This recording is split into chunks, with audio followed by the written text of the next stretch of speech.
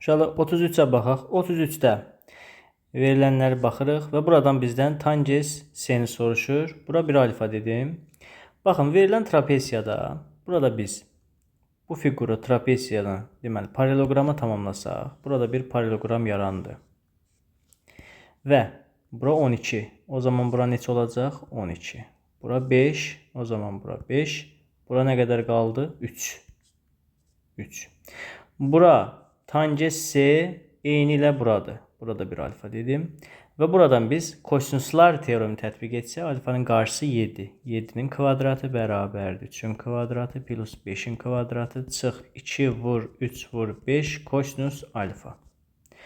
49 buradan alıram.